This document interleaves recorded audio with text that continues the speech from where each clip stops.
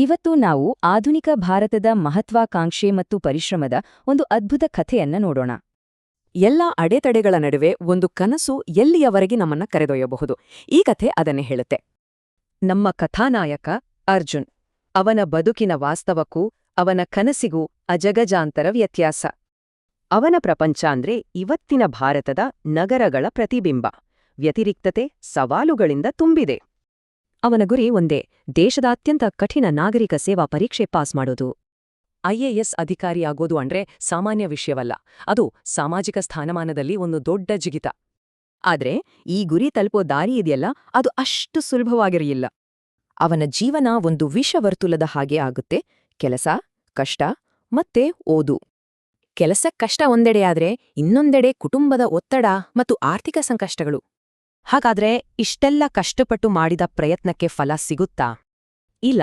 ಮೊದಲ ಪ್ರಯತ್ನದಲ್ಲಿ ಅವನು ಫೇಲ್ ಆಗ್ತಾನೆ. ಇದು ಅವನ ಕನಸಿಗೆ ಬಿದ್ದ ದೊಡ್ಡ ಹೊಡೆತ.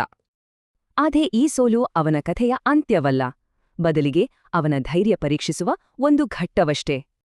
ಮನಸ್ಸಿಗೆ ಅದೆಷ್ಟೇ ನೋವಾದ್ರೂ ಅರ್ಜುನ್ ತನ್ನ ಹೋರಾಟವನ್ನ ಮುಂದುವರಿಸಲು ನಿರ್ಧರಿಸ್ತಾನೆ.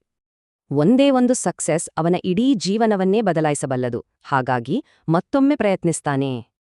ಕೊನೆಗೂ ಅವನ ಪರಿಶ್ರಮಕ್ಕೆ ಪ್ರತಿಫಲ ಸಿಕ್ಕೇ ಸಿಗತ್ತೆ. ಅರ್ಜುನ್ IAS ಅಧಿಕಾರಿಯಾಗ್ತಾನೆ. ಇದು ಅವನ ಕಥೆಯ ಒಂದು ಅದ್ಭುತ ಕ್ಲೈಮ್ಯಾಕ್ಸ್ಗೆ ನಮ್ಮೆಲ್ಲ ಕರೆದೊಯ್ಯುತ್ತೆ. ಒಂದು ಕಾಲದಲ್ಲಿ ತನ್ನನ್ನ ಕಡೆಗಣಿಸಿದ್ದ ಜನರಿಗೆ ಅವನು ಸಿಹಿ ಹಂಚಿ ತನ್ನ ಗೆಲುವನ್ನ ಸಾರುತ್ತಾನೆ.